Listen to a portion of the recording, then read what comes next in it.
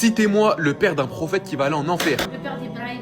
Le père d'Ibrahim, il s'appelle Hazar. Et en fait, il construit des statues. Et ensuite, Il les adorait, en gros, il les on va prenait les pour Dieu. adorer. Et après, il a viré Ibrahim de chez lui. Du coup, il va en enfer. Ibrahim, alayhi salam, faut pas oublier le deuxième meilleur homme après le messager, alayhi salatu wassalam. Et Ibrahim, alayhi salam, son père, du coup, était vraiment une des têtes de la mécréance de son époque. Allah, azza wa jal, dans surat Maryam, il nous donne un dialogue où Ibrahim dit Ya abati inni akhafu an yamassaka azabun min ar-Rahman fatakuna lish-shaytani waliya. Qala araghibun anta an alihati ya Ibrahim la in lam tantahi al-arjumannak wahjurni maliya. Quand Ibrahim il a incité son père à délaisser l'adoration des idoles pour revenir vers Allah parce qu'il avait peur que son père fasse partie des partisans de Shaitan, son père a menacé Ibrahim de lui balancer des pierres, parce que j'ai pas envie de dire le mot lapis, bref, s'il ne revenait pas à la croyance que eux avaient.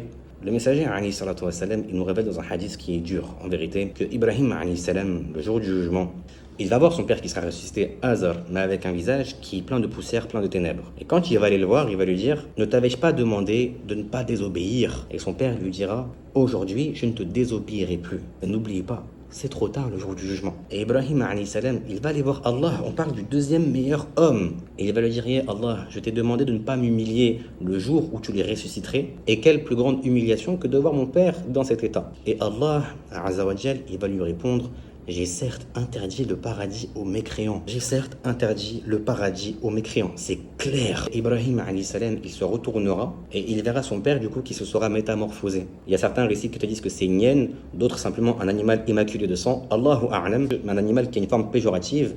Il y a des anges qui le prendront par les pattes et qui le jetteront en enfer. Il y a des personnes qui vont vivre les mêmes épreuves que ces messagers.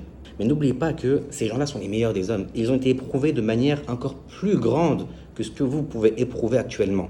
Il y en a qui passent par des phases qui sont très dures vis-à-vis de leur famille et qui ont conscience du danger qu'ils sont s'ils meurent sur le kufr.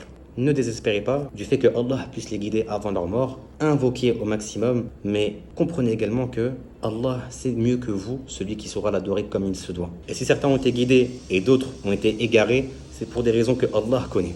Et si Allah refuse de guider une personne, c'est pour des raisons que Allah connaît.